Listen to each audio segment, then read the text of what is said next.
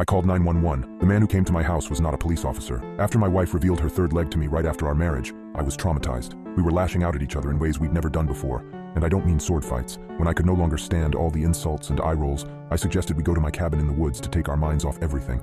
I just never knew that this horrifying mistake would scar me for life. The GPS had cut out a good 20 minutes back, but luckily Camilla hadn't noticed. I'd been up to the cabin every summer as a kid, and I thought I knew the way well. Everything seemed familiar enough, even the heavy fog from the nearby lake that gave the woods that signature dark, ominous vibe. "Paul, what the F is that?" Camilla bolted upright, staring out her side window. "Lock the doors! Lock the effing doors and don't slow down!" she yelled. There was a man stumbling out in front of the car, throwing his hands on our windshield. I hit the brakes and stared at the stranger. The man looked a mess, covered in filth, grime, and blood. There was true terror in his red-brimmed, bruised eyes as he began banging his hands on our windows. "Effing drive!" my wife screamed, grabbing at the wheel as I batted her away. "Can you stop?" I shouted back. "I am not about to drive over this guy!" Then the wounded stranger started running away, leaving a puddle of blood on the hood. He stumbled past my side window, twisting his neck to look back at the other side of the road. His wails grew louder as he lunged himself with each step, hurrying to get away. I wanted to call out to the man, tell him to stay so that we could call him an ambulance, but Camilla was completely out of control in the seat beside me, screaming at me to drive. So I put my foot on the gas and we sped the rest of the way to the cabin. I had no time to think about directions, as adrenaline coursed through my body and muscle memory took over. We arrived half an hour earlier than expected. Then I called 911 and told the dispatcher about the man we had seen. The operator let me know that a local officer might stop by later in the evening to question us. I just never could have guessed the terrifying truth behind this 911 call. The initial shock and fear had worn off, and a professional curiosity had started to blossom. I ran back through the scene in my mind, combing over all the details my eyes had seen.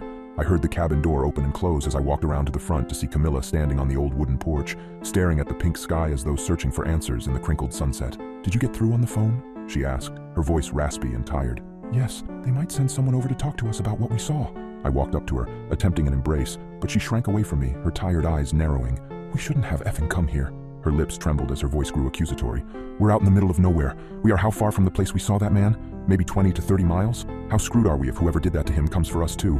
"Camilla, you need to calm down," I said, already knowing it was the wrong thing to say before the words were out of my mouth. "No, we need to get the F out of here," she snarled, and we both winced at the malice in her voice. This wasn't us. How did we become the stereotypical bickering couple we swore we'd never be?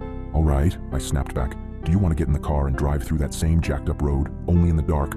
We can go right now if that's what you want." Camilla hesitated, hugging her body defensively before giving me a resigned shake of the head. "Hi there, folks," a deep voice interrupted us. I turned to see a tall, uniformed police officer strolling down the road to the cabin. The man looked to be in his early 40s, with gray flakes speckling his trimmed beard and dark sideburns poking out from his police cap. He wore aviators, even though it was nearly dark, and had not been sunny earlier in the day.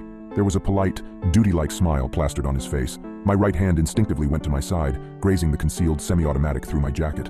"Hello, officer," I replied. "My name is Paul Fever, and this is my wife, Camilla. We weren't expecting you this soon." "I'm sure you weren't," the man replied in a manner so artificially cheerful that I shuddered. "My name is Officer Harry Bullock, and I'm here to take your statement about the man you saw on the road today." "Sure thing, officer," Camilla piped up, extending an arm to the cabin door. "Perhaps you'd like to come in to discuss things further?" Officer Bullock's false smile widened, exposing a thin line of yellowed, crooked teeth. He raised a hand up to his sunglasses and slid them down his nose, revealing two expressionless black eyes that ran down my wife's body. "Wait, stop," I cut him off. "Could we please see your badge and ID, officer? I don't mean to be rude, but an officer showing up to a secluded cabin on foot is a little odd.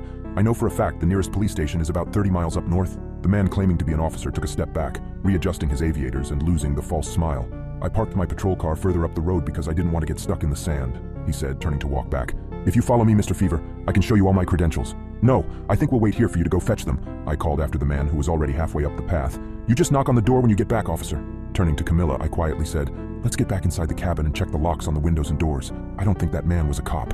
My wife's eyes grew wide with fear as she looked from me to the retreating figure, then back at me again. "Paul, what the F are we going to do?"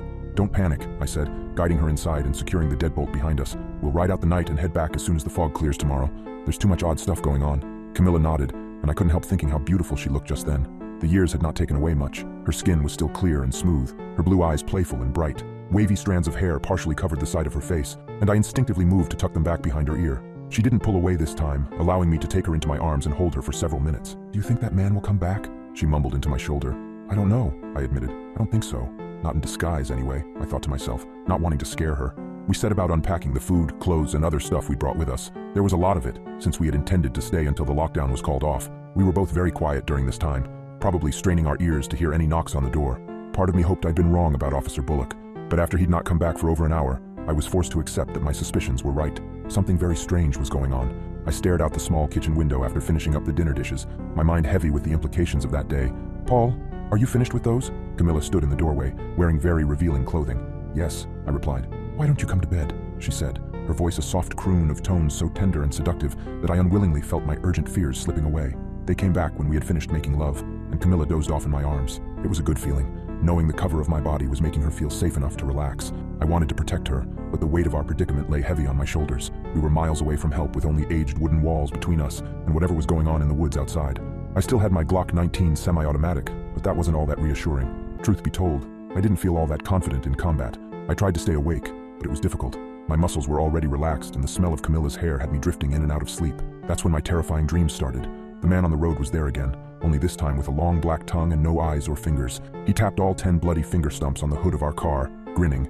I expected Camilla to scream in the seat beside me, but when I turned to look, my wife was missing her head. Officer Bullock was in one of the dreams too, standing just outside the second-story bedroom window, tapping on the glass and smiling at my sleeping wife. I awoke at dawn, covered in a cold, sticky sweat that made me desperately crave a shower. Camilla slept soundly at my side, unfazed by the drenched bedsheets. Slipping out of bed, I quickly rinsed off in the bathroom and dressed before heading downstairs to the kitchen. I really needed some comfort food after my night of feverish dreams. I lit up the gas stove and popped on the coffee pot before scavenging for sandwich supplies. A wave of nausea hit me as soon as I opened the fridge. There it was, right in the middle of the top shelf, a freshly severed human tongue on a tea saucer. Suppressing a dry heave, I grabbed a napkin and carefully moved the saucer to one of the bottom shelves, obscuring it behind a stack of butter sticks. I knew I shouldn't be tampering with evidence, but I didn't want Camilla seeing the gruesome scene and freaking out. As soon as I'd hidden the nasty thing, I turned off the stove and went out back to call for help. There was no time to bother with 911. Since I was a police officer, I still had the number of the chief of police for the nearest department and called him directly. "Who's this?" Chief Crawford's groggy voice barked into my ear. "Sorry to bother you, Earl, but this is an emergency. We worked together on that machete killer case a couple of years back. Did you happen to work late last night and get the report about the man with the missing tongue?" I asked. "You mean the call from the other day? I was just leaving when I heard one of the officers on duty calling in to say it was a false report," he responded. "False report?" I asked, bewildered. "What do you mean by that?" "Well, the caller gave very vague directions to the spot the supposed victim was seen," Chief Crawford replied, attempting to muffle a yawn. "So why didn't anyone go out to interview the witness?" I demanded, angered by the evident incompetency of the local police. There would be a big fuss once they realized they had screwed over an agent. "Hey now," Crawford's voice was defensive. "My guys went out to the specific coordinates the witness left with the dispatcher. They found the cabin, but it was abandoned, boarded up shut. They tried to call the guy back, but his phone was disconnected. He was lying." "What the hell are you talking about, Earl? I'm the one who called in the report, and I'm currently at the cabin with my wife. Some guy claiming to be an officer showed up yesterday, but he didn't have a badge and left. This morning I woke up to find a goddamn human tongue in my fridge, and you're telling me your people really came up here to check things out?" There was no reply on the other end, only static. I pulled the phone away from my ear and looked at the screen to see that it had begun flickering. I shook the phone in exasperation, not really thinking it would help, but desperately hoping it might. After a few more flickers, the screen went black. I cursed the stupid device and headed back to the cabin, trying to wrap my mind around what I had just heard. Something made me slow my stride. It was the feeling of being watched, that familiar tickle at the back of my neck that, given my current predicament, made all the hairs on my body stand on end. I jerked my head left and right, straining to see into the thick, dark forest. No, nothing there as far as the eye could see. The feeling wouldn't give, though, so I turned back to look at the house and felt my lungs and heart simultaneously freeze in my chest. Someone was watching me from the upstairs bedroom where I'd left my beautiful wife asleep by herself. Officer Harry Bullock looked down at me, just as I'd seen him in my dreams, only on the other side of the window. For once, his smile was genuine as he lifted his right arm and waved to me,